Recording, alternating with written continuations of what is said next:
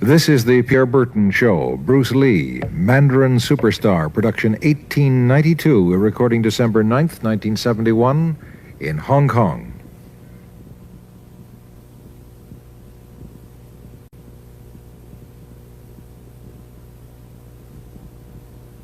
Bruce Lee faces a real dilemma. He's on the verge of stardom in the United States with a projected TV series on the horizon, but he's just achieved superstardom as a film actor here in Hong Kong. So what does he choose, the East or the West?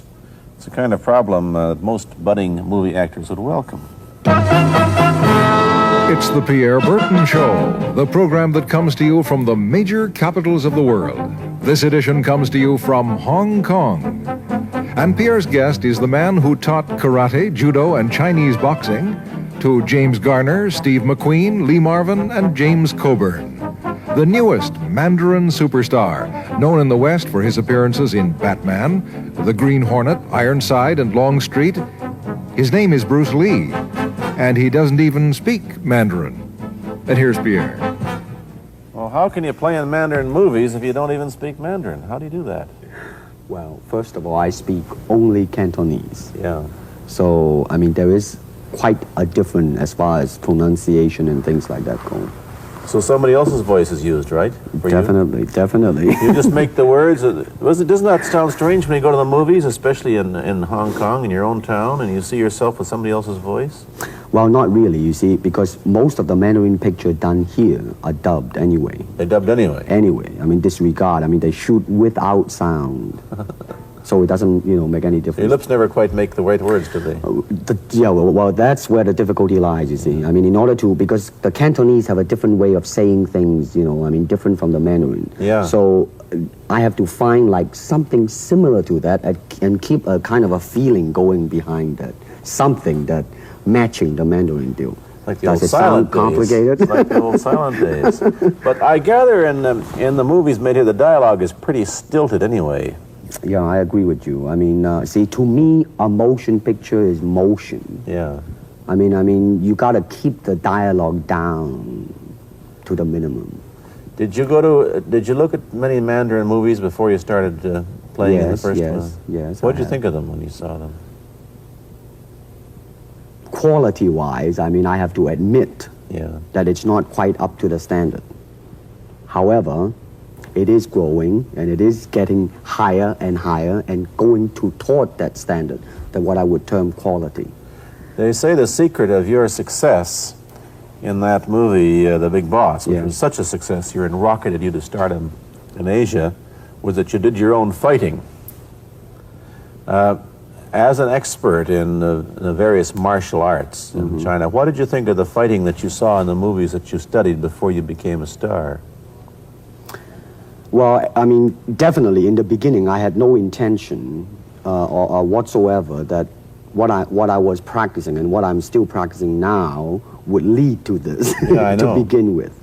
But martial art has a very, very deep meaning as far as my life is concerned, because as an actor, as a martial artist, as a human being, all these I have learned from martial art. Maybe for our audience who doesn't know what it means, you might explain exactly what you mean by martial art. Right. Martial art include all the combative arts like karate or karate, judo, Chinese kung fu or Chinese boxing, whatever you call it. All those.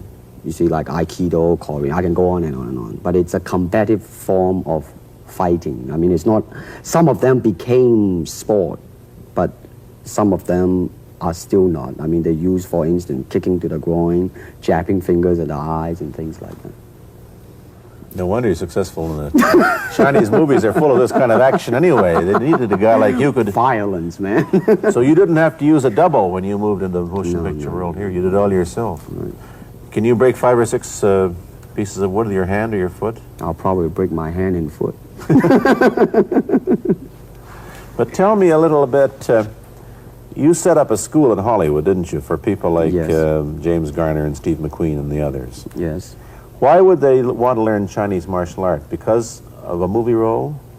Not really. I mean, most of them, you see, to me, at least the way that when I teach it, all type of knowledge ultimately means self-knowledge.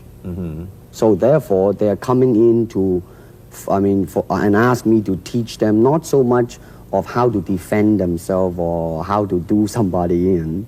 Rather, they want to learn to express themselves through some movement, be it anger, be it determination, or whatsoever. So in other words, what I'm saying, therefore, is that he is paying me to show him in combative form the art of expressing the human body. Which is acting, in a sense, isn't it? Well, Or it would be useful tool for an actor to have. it's, it might sound too philosophical, but it's acting or acting unacting, if you...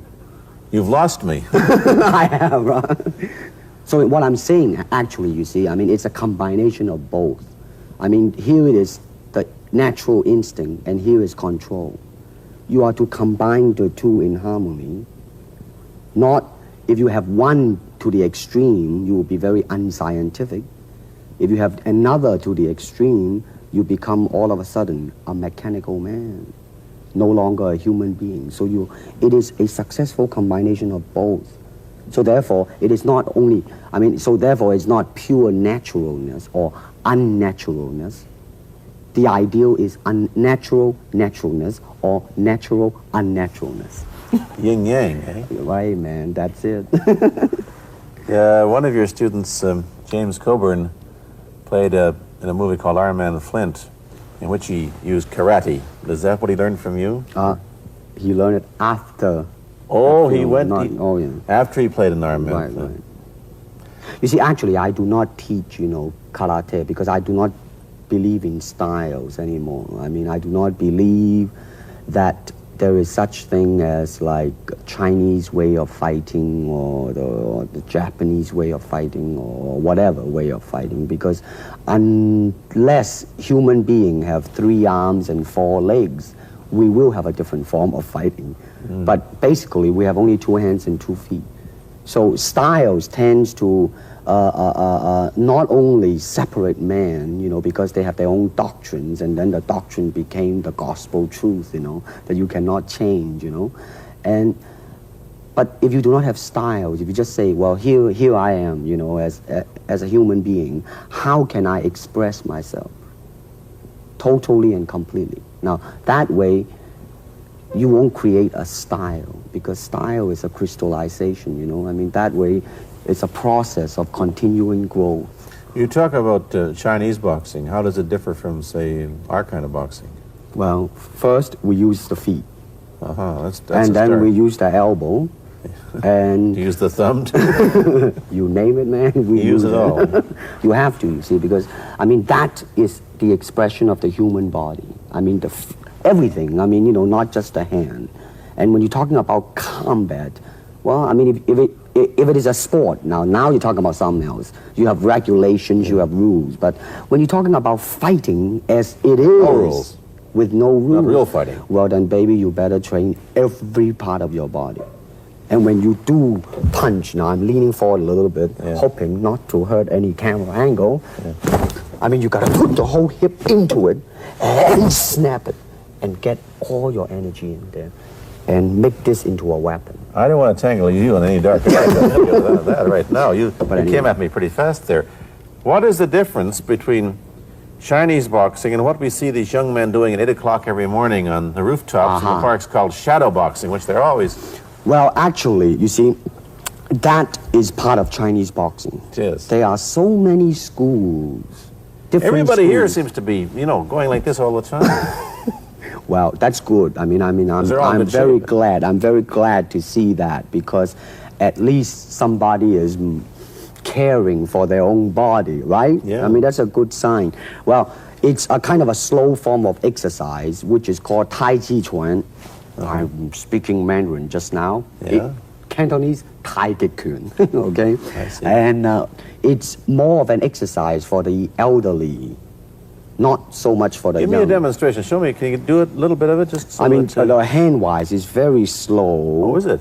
and you push it out, but all the time you are keeping the continuity going, bending, stretching, everything. Suppose, I mean, you just keep it moving. It's like a ballet dancer there. Yeah, it is. I mean, to them, you see, the idea is running water never grows stale. So you got to just keep on flowing.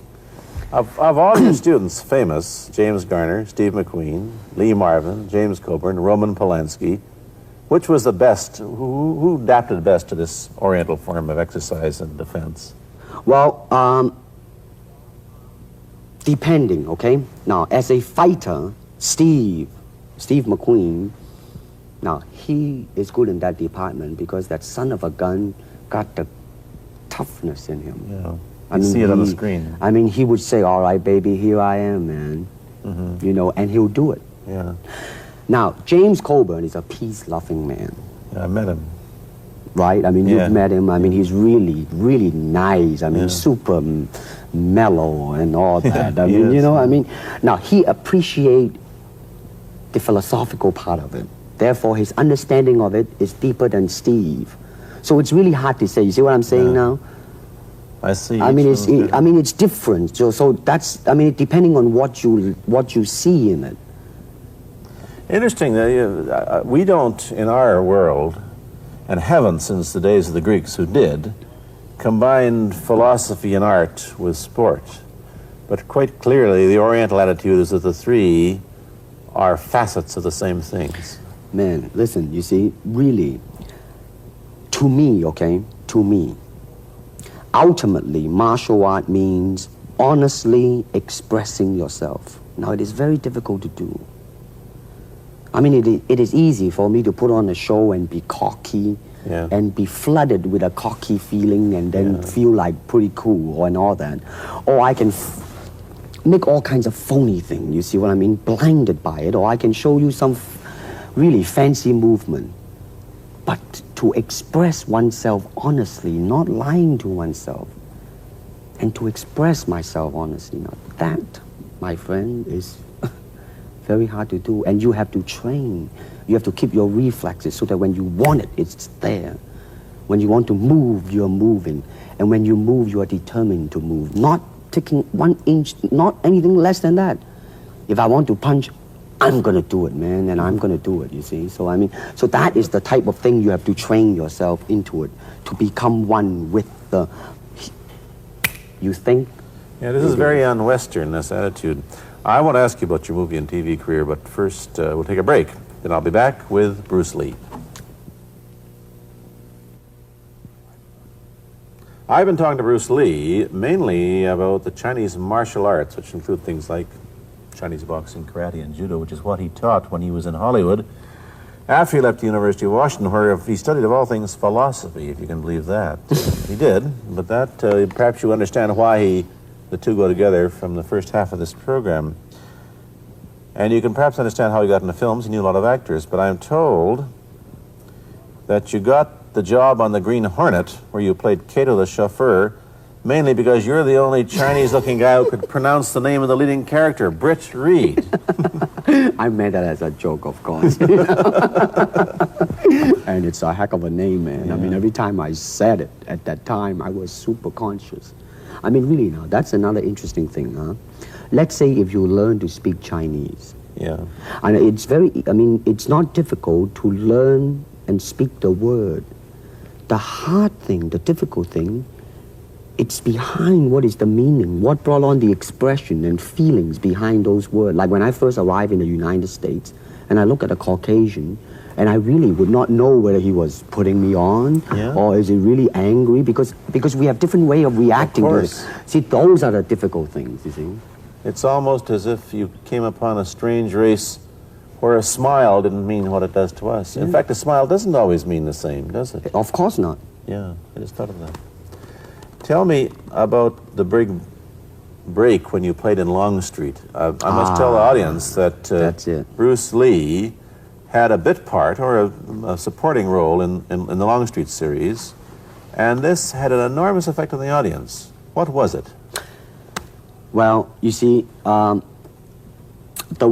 title of that particular episode of Longstreet is called The Way of the Intercepting Fist. Now, I think the successful ingredient in it was because I was being Bruce Lee. Yourself. Myself, right.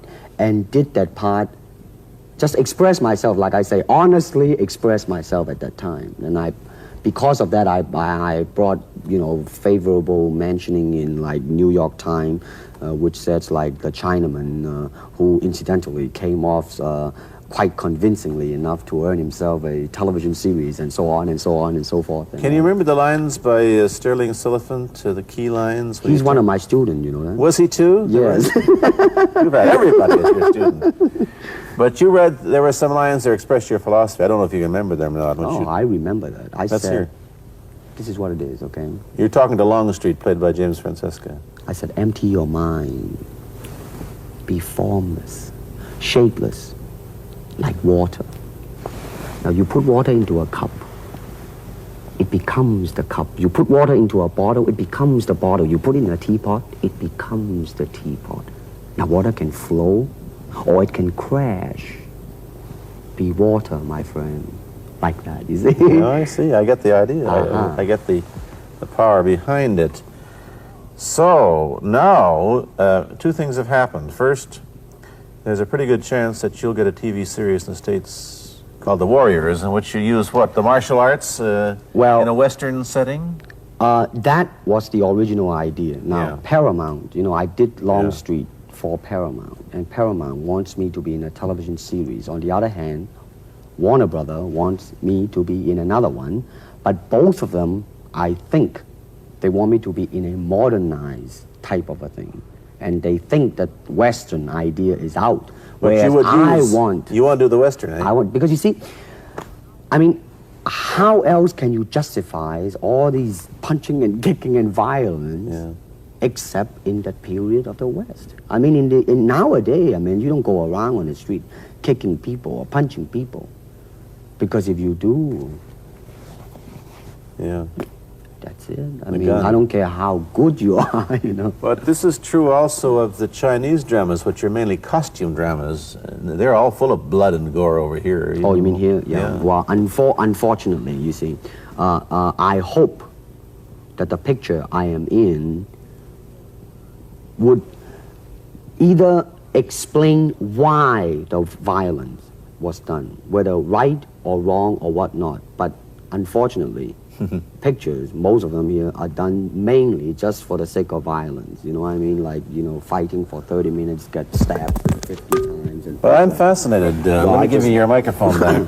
I'm fascinated that you came back. I am a martial artist. You came back to Hong Kong on the verge of success in Hollywood and full of it.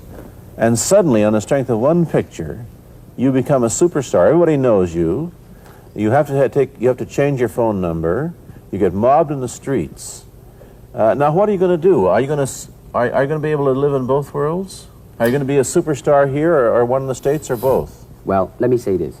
First of all, the word superstar really turned me off, and I'll tell you why. Because the word star, man, is an illusion. It's something what the public calls you. You should look upon oneself as an actor, man. I mean, you would be very pleased if somebody say, hey, man, you are a super actor. It is much better than, superstar. Yeah, therefore, you've got to admit that you are a superstar. You're not going to, if you're going to give me the truth. I'm honestly saying this, okay? Yes, I have been very successful. Yeah. Okay? But I think the word star I do not look upon myself as a star. I really don't. I mean, believe me, man, when I say it. I mean, I'm not saying it because I... What are you going to do? Let's get back to the question. Okay. Are you going to stay in Hong Kong and be famous? Or are you going to go to the United States and be famous? Or are you going to try and eat your cake and have it too? I am going to do both because, you see, I have already made up my mind that in the United States, I think something about the Oriental, the true Oriental should be shown. Hollywood sure as heck hasn't. You better believe it, man. I mean, it's always that pigtail and bouncing around, chop, with the eyes slant and all that. And I think that's very, very out of Is it true that you were the first job you had was being cast as Charlie Chan's number one boy? Yeah, number one son, yeah. No, They never made the movie. No. They were gonna make it into like a new Chinese James Bond type of a thing. I Now that, you know, the old man Chan is dead, Charlie is dead, and his son is carrying on. But they didn't do that. No. Batman came along, you see, because that's and then everything was started to be going into that, you know, that kind Green of Hornet. Which you were in. But I mean, by the way, I did a really terrible job in that, I have to say. Really? You didn't like yourself in Green Hornet? I didn't see it. Let me ask you, however, about the problems that you face as a Chinese hero in an American series. Have people come up in the industry and said, well, we don't know how the audience are going to take a non-American? Well, such question has been raised. In fact, it is being discussed, and that is why The Warrior is not going to be on. I see. You see, because unfortunately, such thing does exist in this world. You see, like, I don't know, certain part of the country, right, where like they think that business-wise it's a risk.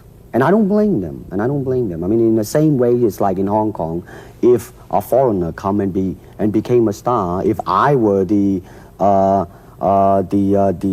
man with the money, I probably would have my own worry of whether or not the acceptance would be there. But that's all right, because if you honestly express yourself, it doesn't matter, see? Because are you, how about the other side of the coin? Is it possible that you are, I mean, you're fairly hip and fairly Americanized. Are you too Western for Oriental audiences, do you think? Oh man, like, how? I have been criticized for that. You have, eh? Oh, yes, definitely. So. Well, let me say this. When I do the Chinese film, I'll try my best not to be as American as I, you know, have been adjusted to for the last 12 years in the States. But when I go back to the States, it seems to be the other way around. You know what I mean? You're too exotic, eh? Yeah, man. I mean, they're trying to get me to do too many things that are really for the sake of being exotic. You understand what I'm trying to say? Oh, sure. So it's really, I mean, it's when you live in both worlds, it brings its problems as well as its advantages, and you've got both.